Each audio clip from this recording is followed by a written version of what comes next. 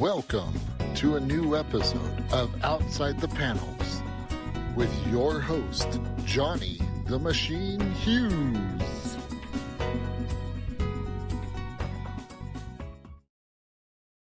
On to an episode of Outside the Panels. I'm your host, Johnny the Machine Hughes, and as you know, I like things that, I don't know, give me the heebie-jeebies. And when you talk about the heebie-jeebies, and when you talk about writers, creators that kind of do that, you must not ever forget, although no comic books involved in this time, the works of a certain Edgar Allan Poe.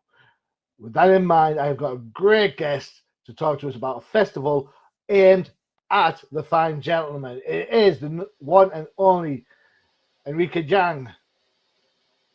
Thanks for having me. Nice to meet you guys. Whew, she hasn't slapped the camera. That means I got the name right. Thank God. Hey, how's it going? You all right?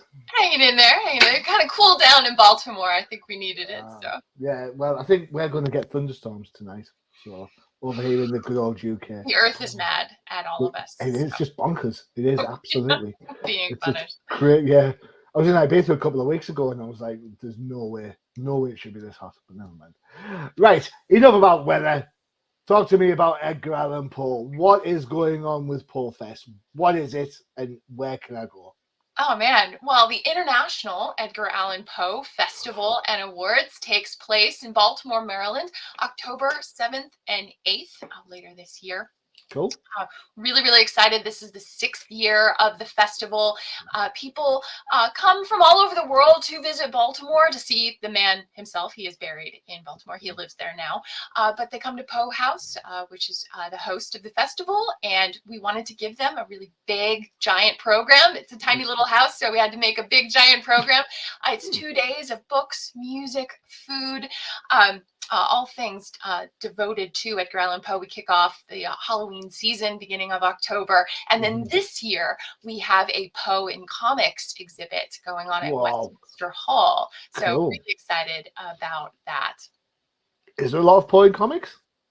Tons of Poe in comics. What the great thing about Poe, he writes, short stories, poems, and all of that is really, and also like really gothic, evocative kind of stuff. So it really works well in the comics medium, and you see comics all the way back 1930s, these kind of caricatures and illustrations, and then you see going into comics, especially in the 50s and 60s, a lot of really cool, creepy, eerie stuff. And then with the Roger Corman movies with the Raven and Vincent Price in the 1960s, a lot of comics around those movies too. So Poe, there's a whole several decades, almost 100 years of comics, Poe comics, and really excited to have some really cool exhibits on display. How did you get into Poe then? Comics. Fair enough. Very good show. Yeah. I'm a recovering literature major and had a little bit of background with Edgar Allan Poe. Obviously, you go to a good school. It's the stuff that English teachers assign in October to keep you awake. So you get a lot of Edgar Allan Poe and Halloween every year, especially in American schools. So. Love of Poe from the very beginning, love of horror and stories and this kind of stuff. I ended up writing some comics inspired by Poe. I did a graphic novel, a sequel to Edgar Allan Poe's Cask of Amontillado.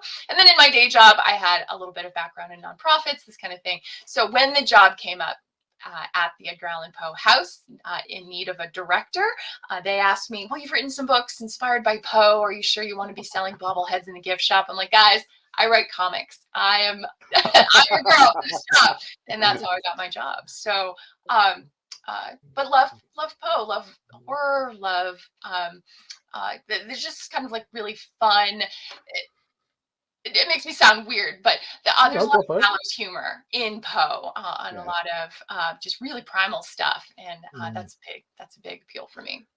Do you have a preferred medium for your Poe addiction? Is it comics? Do you like the poems, you like the short stories, the Roger Cormans, or are you kind of like to sample from all avenues of the menu? I think I have a deep appreciation for all of it now. I think, though, from the very beginning, though, short stories. Cask of Amontillado was my absolute favorite. And I have found, though, that as just the job is much more involved in Poe's history, the man himself, this kind of thing. And so as time has gone on, I've really appreciated seeing Poe, because he's a popular figure in pop culture. You see him as a character. You see him show up in different adventures and different stories and stuff. And people are fascinated with the man himself, this idea of Poe. And so that's a lot of fun for me. So seeing Poe as a character or seeing Poe appear in different things at this point is almost as much fun as the original work itself. Cool. So. I mean, for me, Edgar Allan Poe, so it's just sort of name that for horror is the same as Harlan Ellison is for science fiction. Yeah. Bram Stoker I live about 20 miles away from Whitby in the northeast of the UK, which is the landing point of Dracula. So we have Dracula in our neck of the woods, pun intended. I think well, it's funny how Poe, because he was such a voracious reader, he's really inspired by other, you see him kind of like sponge up a lot of the influences of the day. But all the stuff that I love, like Stephen King and even Lovecraft, inspired by Poe, Jules Verne inspired by Poe. And so you see Poe go on to inspire some of the greats, the absolute greats. So we have a video to have a look at. Let's get this up and running. And this is your video for the festival, I believe, correct? Yes. All right, so get your cushions ready. Hide behind them. It's scary. Not really. Let me get this started. Deep into the darkness peering, Long I stood there, wondering, dreaming of an event no mortal ever dared to dream before. This October, Baltimore invites you to darken Poe's chamber door. The International Edgar Allan Poe Festival and Awards, commemorating the 174th anniversary of Poe's death in Baltimore. 2 days of Poe-themed festivities, performances, vendors, music, and food to benefit the Edgar Allan Poe House and Museum in Baltimore. General admission is free. Also, special ticketed events. Festival weekend is October 7th and 8th. Join us in celebrating Poe's legacy in Baltimore and beyond. Visit poefestinternational.org for tickets and information. Wow. Wow. Okay, cool. Excellent. So, that pretty much, who did your voiceover? Oh gosh, you're asking me, and I need to come back with the name. He's gonna get really mad that I forgot it on camera.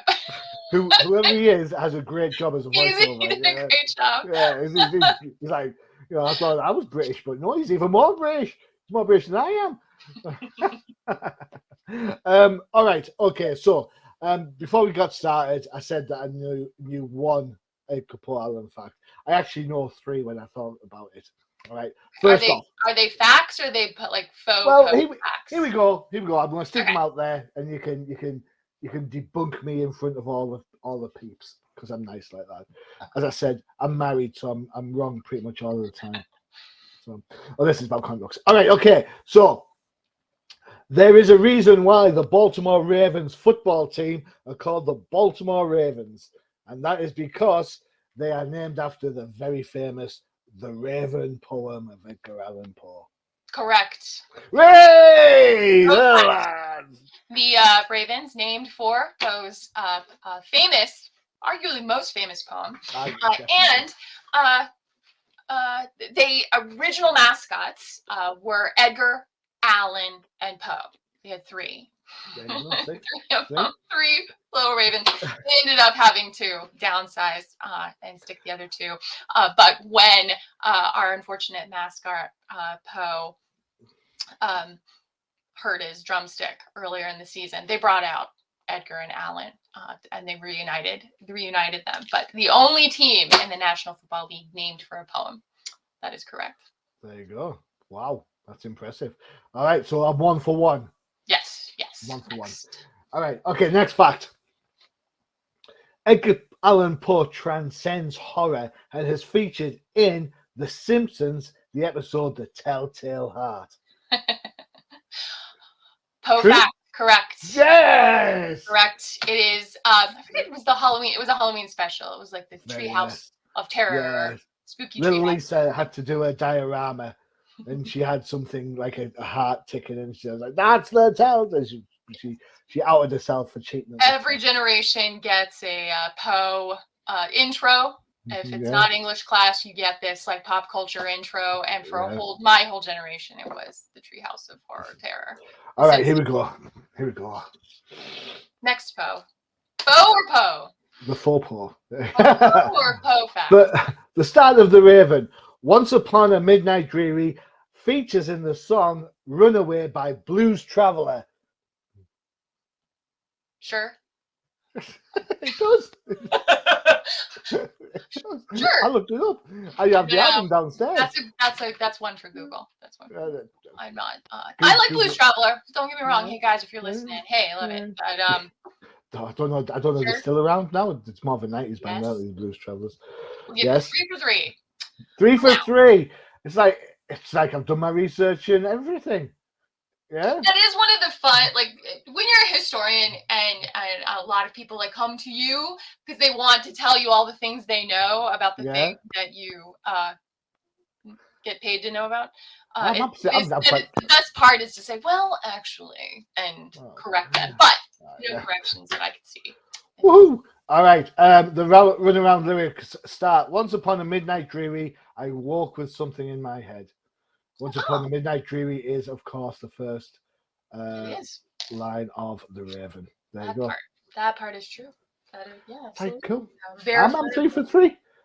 It's like I'm a professional. It's like no faux Poe facts in this show. What are the most outrageous faux Poe facts you have heard? Let's debunk some. Let's have some.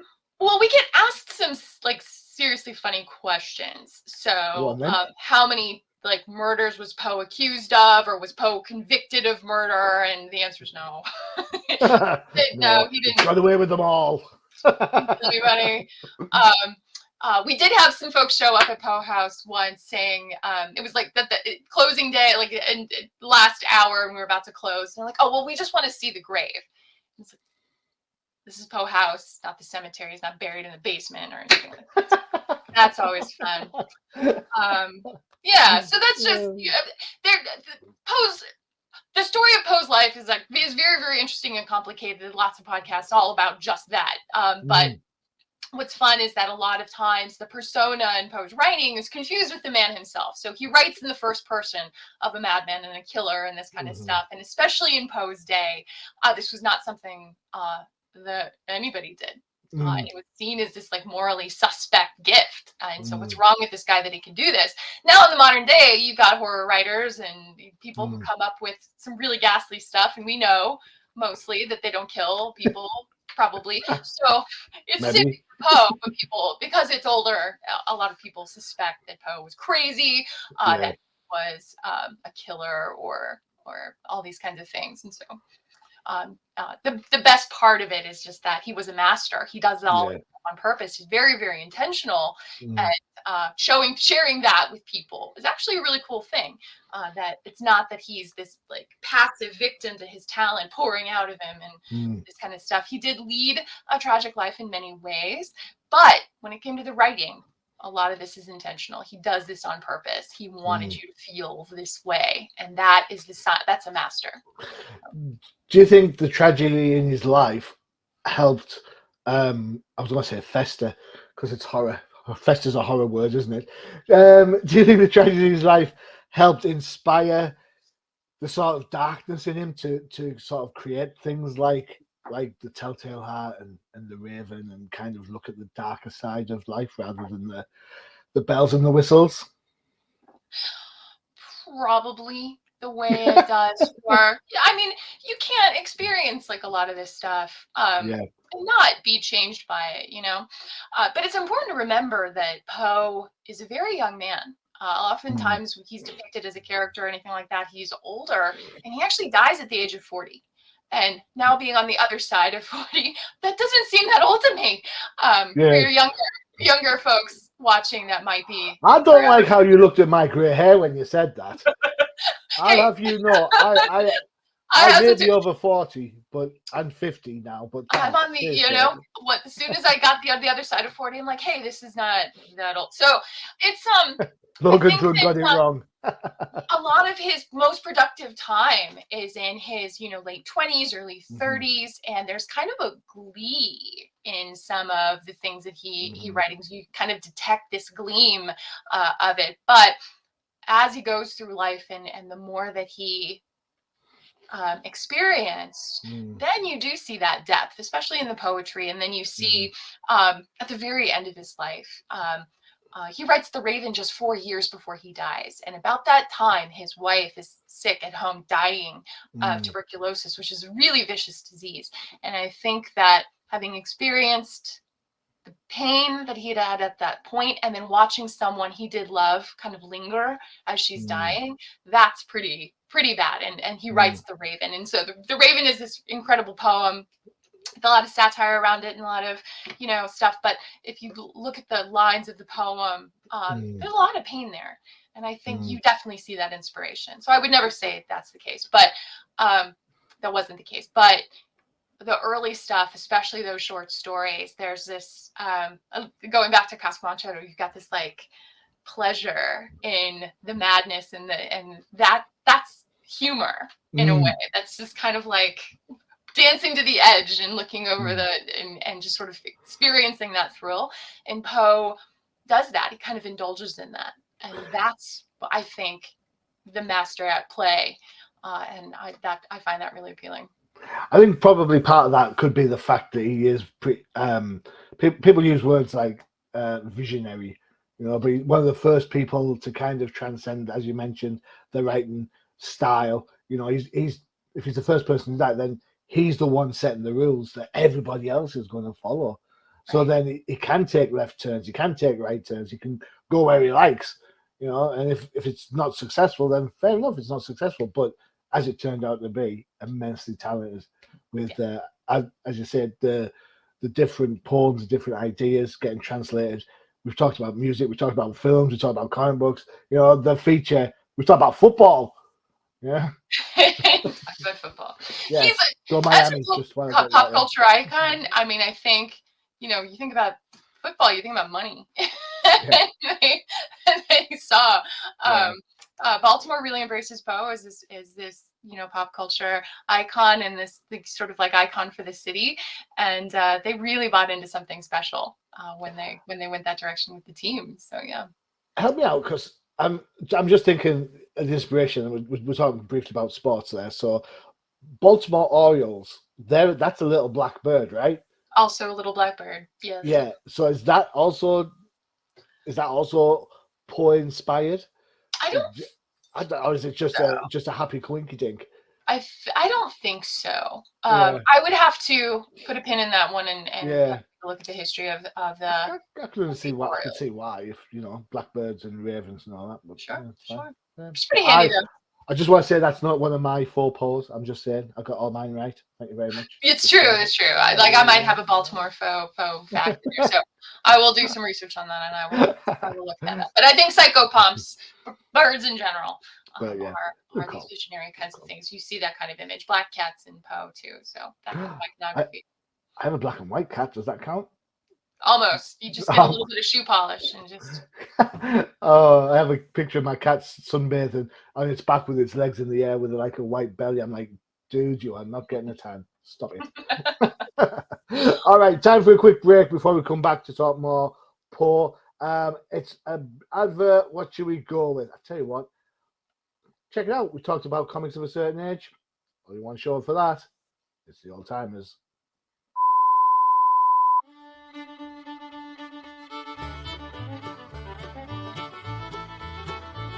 Do you want to find out what makes the professor do his happy dance? Check out the Old Timers Comic Book Show, only on the UCPN. There you go, the Old Timers Comic Book Show, where the hosts aren't old, but the comics most certainly are. Check out the most recent episode for murder most foul in the most macabre ways. Yeah, superheroes done bad, I suppose. There we go. Cool. So, how many people are you expecting for your Poe Fest? Gosh, for the festival. Well, it's a free event, so it's hard to tell how many people you can expect because we do have some ticketed events like tours, the Black Cat Ball, the Poe and Comics exhibit. It's going to be at Westminster Hall, just steps from where Poe is buried. But those are the ticketed events. But the festival itself is free. And we were very fortunate last year to welcome about 2,500 people over those 2 days. Now, what makes this the International Edgar Allan Poe Festival is we have the Saturday Visitor Awards. And these are awards that we're looking for the best adaptations or original works inspired by Edgar Allan Poe. And so again, you see Poe in popular culture. We've been talking about that every year. We see more and more artists do incredible, again, original works, or even just taking Poe's work and adapting it for screen, music, comics, all kinds of things. We've seen beadwork. We've seen giant paintings. We've seen tiny little pieces, little tiny needlework as well. So just an incredible array of stuff. And so the festival is to kind of celebrate Poe's legacy, anything in popular culture. Anything created in the last 3 years is eligible to be submitted for the awards. And we have had winners as far as Australia. We're in the US, so Australia's pretty far, but Ecuador, Canada, we've got an entry, nominee this year from Luxembourg, so just about everywhere. And Poe is truly international, an international figure. The Raven flew around the world, inspired people, has been inspiring people for hundreds of years now. And so the spirit's alive and well, and we love that work. So that's the international part of the festival. We've seen people come from just about everywhere. Cool. And we welcome them to darken Poe's chamber door and come and check it out. Cool. So some of the ticket events you've got there on your poster on the website: Death Weekend, Poe's Places Tour, the House Tour, the Black Cat Ball. That sounds quite fun. Is that like cosplay type thing with dancing? Always, everything. Just assume that everything's cosplay at Poe Fest because that's just a really fun kind of thing. The Black Cat Ball is our gala event. It's the official party of the Edgar Allan Poe Festival. It's where everybody gets to dress up, do some really cool stuff. Again, also in Westminster Hall. So if anybody, I know you're in the UK, so that might mean something different for you. Westminster It's a bit of Hall a trek. in Baltimore. Yes. Westminster Hall in Baltimore is the cemetery where Edgar Allan Poe and other members of the Poe family are buried. There is a church now in that cemetery that has been turned into an event hall that's owned by the University of Maryland. And so we do several events there. The exhibit's going to be there and the Black Cat Ball. There is a VIP ticket also at the Black Cat Ball that takes you into the catacombs. And direct from London, actor Stephen Smith from Freedom Theatre is going to be doing a performance of The Pit and the Pendulum in the catacombs. Whoa. And that's that VIP ticket at Westminster Hall. So just a lot of fun. And just the festival, the way we envisioned it when we first put it on is that people would eventually come in and make it what they wanted, you know? And so everybody wanted a cool event, a Gothic event where you could dress up and you could see plays and you could recite poetry and come to Poe House and kind of tour the last surviving home in Baltimore where he lived and actually, again, see the man himself. He was buried in that cemetery 3 times. Just about anything. And you get to hang out with fellow Poe fans. It's really hard to find places where everybody likes each other these days, you know? And so that's a great thing about this event. Remind me, I think you might have said it at the start, and if I missed it, I apologize. How long have you been doing these? This will be the 6th year of the festival. Yeah, that's impressive. Like everybody else, we had to go virtual in 2020, but we did have a virtual festival. So this is year 6. Cool. And super excited really proud of that, actually. Super excited. And then gearing up next year, for those who might not be able to make it this year, next year is the 75th anniversary of Poe House as a museum, our diamond anniversary. And so we have some really cool stuff planned. So even if you can't make it out this year, next year is the time. Okay, I am sold. I am there. We'll see you there. Yeah, definitely, especially if the Dolphins play the Ravens. I'll come over for both of them. Yay! What can I say? You check that. Yeah. What was I going to say? Oh yeah. So over here, I mentioned that we have Dracula just around the corner in Whitby. We have something very similar happens 2 times a year, twice a year. Goth Weekend, and vampires just descend on this little seaside town, and it's like it could be trendy, the trendy, more modern vampires in the vinyl and the leather, and then you get the Victorian style with the top hats and so on and so forth. So the whole idea of embracing the horror, it's it's an international thing. Definitely, I don't think there's any just one particular, I suppose, region that does one more than the other. I think it's just widely recognized that people love horror. Oh, absolutely. You can see, like, you could probably do a world tour, like the Goth World Tour. You probably do, the vampires where you are, Salem, Massachusetts, the witches for a month. There's another Poe festival in Scotland, as a matter of fact, Ayrshire, Scotland. My Scotland. That's right. And there have been other Poe festivals just about everywhere. But cool. I think what's special about Baltimore, you won't find another city. You'd be really hard-pressed to find another city that really loves a writer, really celebrates and embraces a writer the same way that Baltimore loves Edgar Allan Poe. Cool. Maybe, what is it, Stratford-on-Avon for Shakespeare? Maybe. Key West for Hemingway, but I think they like the cats, those six-toed cats, more than the Sleepy Hollow. That kind of thing. But Baltimore as a city just loves Edgar Allan Poe. And so there's never a question of like, why is this here? It's always like, why isn't this here yet? Why haven't we been doing this for 200 years? And we're here to start that, year 6. Do you find, and I suppose this is probably a leading question, I apologize for this. Do you find in your times with, studying Poe and enjoying Poe's work across the different mediums, do you find that it takes a specific place in time to truly enjoy something like Edgar Allan Poe? Kind of, is he in the middle of a renaissance right now? You've been doing the festival for 6 years now. Baltimore loves Poe, I get that.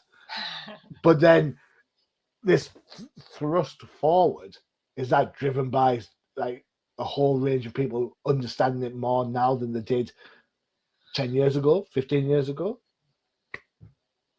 I don't think so. What's interesting I don't think so. It's interesting how every generation, it's amazing how long some of the traditions around Poe or Dickens or Shakespeare, like how long these have gone on, and when I can't, it's sort of just stay away from anything like too academic about it. But when you have an artist, any kind of creator that taps into something primal, like love, fear, these kinds of strong emotions, that's what endures. That's what stays. And so, even Sherlock Holmes, like the mystery, that like mysteries are enduring, and you read those Sherlock Holmes stories over and over and over again. You know the outcome, you know what's happened, but the construction of these stories and leading you somewhere, taking you somewhere, and you trust this writer to take you there. That is a magic kind of thing, and that's why it continues to work over and over and over again, and that's why you come back and you sort of feel these things again. The other thing too, and again, showing my age here, like as I've gone through more of life, like really like the horror and the flash and stuff, even the violence, like when I'm younger, but having experienced more of life, you go through some painful stuff, and then you see this again. There's a flavor to it, right? There's a resonance. There's a mirror of some description. Exactly. And just the same way that you as a young person might not like, beer or wine, those flavors, the bitterness. Sometimes that's you can appreciate that. Perfect. That, you know what, that is absolutely perfect. So you've just nailed it on the head there, spot on. You to understand, because Poe, as we said earlier on in the episode, in the pod, writes from tragedy. We ourselves have to go through some level of I'm not going to say tragedy, but some form of life to understand where he's coming from and see that mirror, to see that resonance. If everything was just peachy perfect, then we'd be like, yeah, what's this? But no, you know what? I think you've absolutely nailed it on the head there. Absolutely. I think too that though, like not to look down on the youngsters. I think of that course as not. a young person experiencing the promise or the dread of what's next, Okay. I think that speaks to you too. That especially as a young person experiencing these primal emotions and a lot of confusion, a lot of this stuff, you don't know where it's coming from. You don't know what this is yet, but you feel it deeply. The fear of Young people do, and I think that Poe, and sometimes once they get past that language, the difference in language barrier, Shakespeare still speaks to generations because of that depth that's there, and you might not know all about it yet, but it's coming, like knowing a storm is coming. So and that can be a good thing, it can be a bad thing. It's powerful. So I'm a big I love literature for that reason. Perfect. Wow, what a great show. Right, so if you're interested in heading over to Poe Fest, the International Poe Fest, you can get information through a plethora of platforms. Facebook, Twitter. Yes, it's still Twitter. Don't be giving me any of the X malarkey. Instagram, and it's dead simple, @Poe Baltimore. There you go. And that's the same across the platforms. So get your likes on, get your follows on, and go from there. For information about the free show and the ticketed events, don't forget to check over to poefestinternational.org for everything that's on there. You saw a slice of the action earlier. Check the banners out, loads of information on there. A great little website put together for every question you may have. There you go. More of that program's coming too, guys, so please check back. There you go. Well, more. Definitely follow for more information. That's how it works. Enrica, let's give you the last 30 seconds.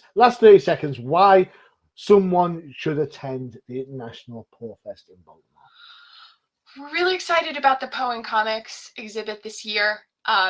This is going to be just an incredible exhibit. Again, you've got nearly 100 years worth of comics, and we just got confirmation yesterday that Corbin Studios, Richard Corbin, they are going to be sending original work from the Corbin run of the Poe comics, which is just super exciting. And then of course we've got some incredible art, also original art that's going to be on display, as well as just this sort of retrospective look back at the comics. And so if you're interested in that history, or you're interested in seeing some more stuff, there'll even be a comic art auction on Sunday. So I'm really excited about and really proud of this exhibit and all the people that have been working hard to put this together. So come out for that. There you go. Enrica, thank you so much for spending the time. I really do appreciate it. The site looks great. The venue, the atmosphere, gives me shivers. Me too. Slightly different, maybe. Who knows? All right, excellent. We're done for another show. Don't forget to check out the UCPN for all your favorite shows. You saw the trailer for it earlier. It's the Old Timers Comic Book Show. And if you like things Marvel, you've got your No Price Podcast. DC, you've got the Definitive Crusades. And if you like things a little bit K-pop, don't forget to check out our K-pop Cosmos show once every month. Enrica, thank you so much for spending the time. I really do appreciate it. You must be super busy. So thank you for that. Thanks for having me. You are more than welcome. As always, I've been your host, Johnny Machine Hughes. Adios.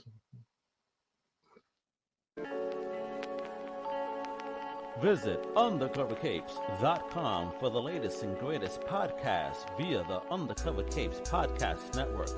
Also visit our parent company website, comiccrusaders.com, all about comic pop culture.